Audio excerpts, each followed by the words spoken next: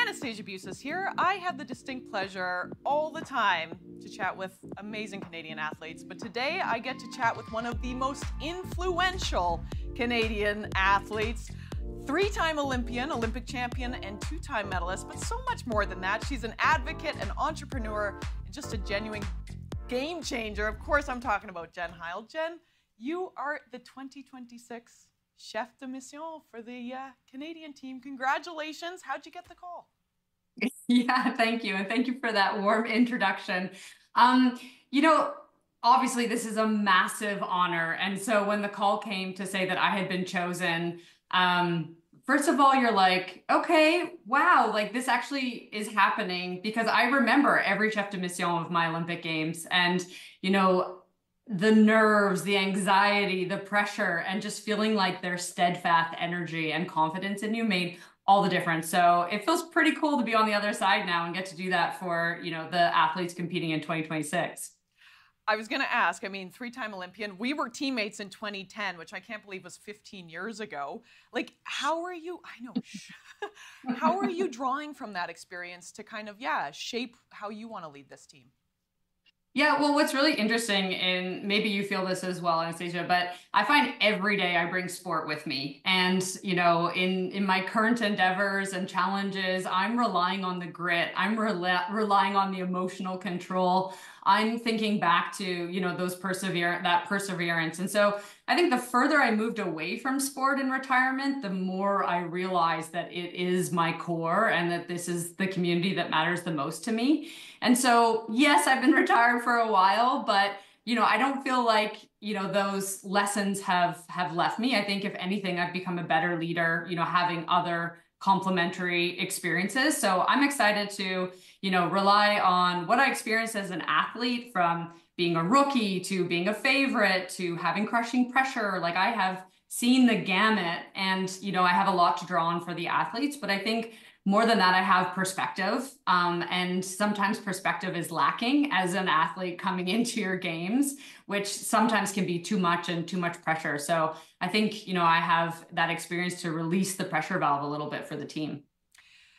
There's so much. I'm going, okay, do we want to talk about Torino or Vancouver? But you've said pressure a few times. Of course, you were going in as the Olympic champion. You compete immediately. You had the opportunity to perhaps win Canada's first goal on home soil, of course, in Vancouver. I cannot imagine too many other situations that were higher in pressure than what you faced in Vancouver. How is that going to, help you kind of maneuver and mentor all these athletes? Yeah, look, that was a pretty stacked moment. We have one event, less than 30 seconds to perform. So that alone is a pressure cooker. And what people didn't know, and what I didn't talk about openly in the lead up to 2010, is that one of my best friends on tour from France, Sandra Luer, she was paralyzed doing our sport. My parents were simultaneously getting a divorce. And both training days ahead of my competition, my van broke with the official transport, and I was delayed training and all of those things. So there was just so much coming at me, and so much like affecting me at the deepest parts of my soul. And so, those are the lessons that I want to share with the athletes. When I talk about sharing perspective, that's what I want to be able to do for the athletes. And so, yes, I faced the pressure. But I would say, it required digging so deep and getting creative and relying on my team and relying on my coaches. And so, that's really, what I'm excited to be able to do for this team is those conversations offline, in being there in their training moments, because that's where the gold medals are won, right? In the lead up to. Okay, so I'm thinking Mark Tewksbury, I'm thinking Marnie McBean, I'm thinking Katrina LeMaydon. Every single chef brings their own flavor. What's the Jen Heil flavor that we're going to see in 2026?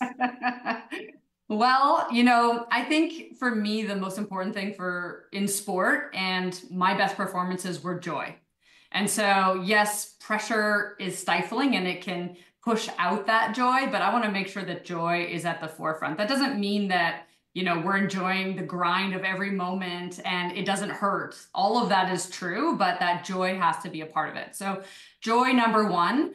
And then, the context of being an athlete today in Canada in 2026, there needs to be a lot of resilience. There needs to be a lot of adaptability. There needs to be the ability to turn off the noise. And so I think being really tuned into what the athletes are experiencing today, we have a lot to be proud of as Canadians. I think sport plays a really important role in our national identity. And this is the time to turn that up. This is the time to bring Canadians together. And so we want to be really loud around that. And this team going into 2026 has the ability to be the most successful of all time. And so my role really is to let them do their thing and help, reduce some of that noise around them. There were 8 fourth-place finishes in Beijing. Yeah, hot take. How many medals do you think for the red and white? Yeah, look, I've finished the 4th place as well. So I know that one. And that is a sweet motivator. So look, we're hoping to be the most successful of all time, to have the most gold medals. Our short track speed skating team is just like hotter than ever before, our freestyle team. So, we just have to keep that momentum going. How many medals? I'll let the COC come out with that number, but I know that this team is going to make Canada really proud. What values are you going to lead this team with? Yeah, look, I just spent a number of years in the US going to school at Stanford and working in tech in Silicon Valley. And it made me realize just how different we actually are from the Americans. Sometimes that gets a little bit lost. I found, humility, yes, that is a part of who we are. Don't confuse that with a lack of strength. I think that, Canada is leaders on the world stage, not just because we win medals, but because of how we do it. I think that humility is a part of it. I think, that community spirit and connection to where we're from and to one another is another part of that. And my goal really is, how can Canadians come along with all of us on this journey, not just at the Olympics, but in those training moments? How can Canadians proudly, advocate for our athletes? Because to be honest, these athletes are doing more than ever with no investment since, almost 20 years in core funding. And so, we want Canadians to come with us. We want Canadians to feel that pride and to, say that this matters to us in our country. Because, if you're running a business or running an economy, at one point you have to make an investment if you want to stay competitive. There is a lot of Canadian pride right now. And you do bring up the United States. We do not live in a vacuum.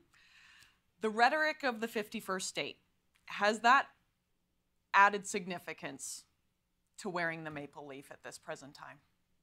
100%. Yes, I have tremendous frustration and anger.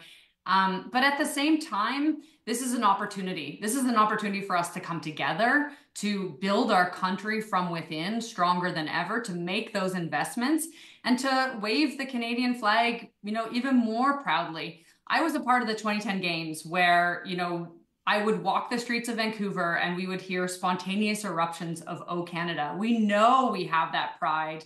We know, that we can claim that we're going to own that podium. And so I'm just really excited to be able to amplify that and amplify the voices and the stories of these athletes in this moment of 2026, while also turning down some of that noise. We've talked about the medals, but beyond the medals, what will success look like from your vantage point? Yeah.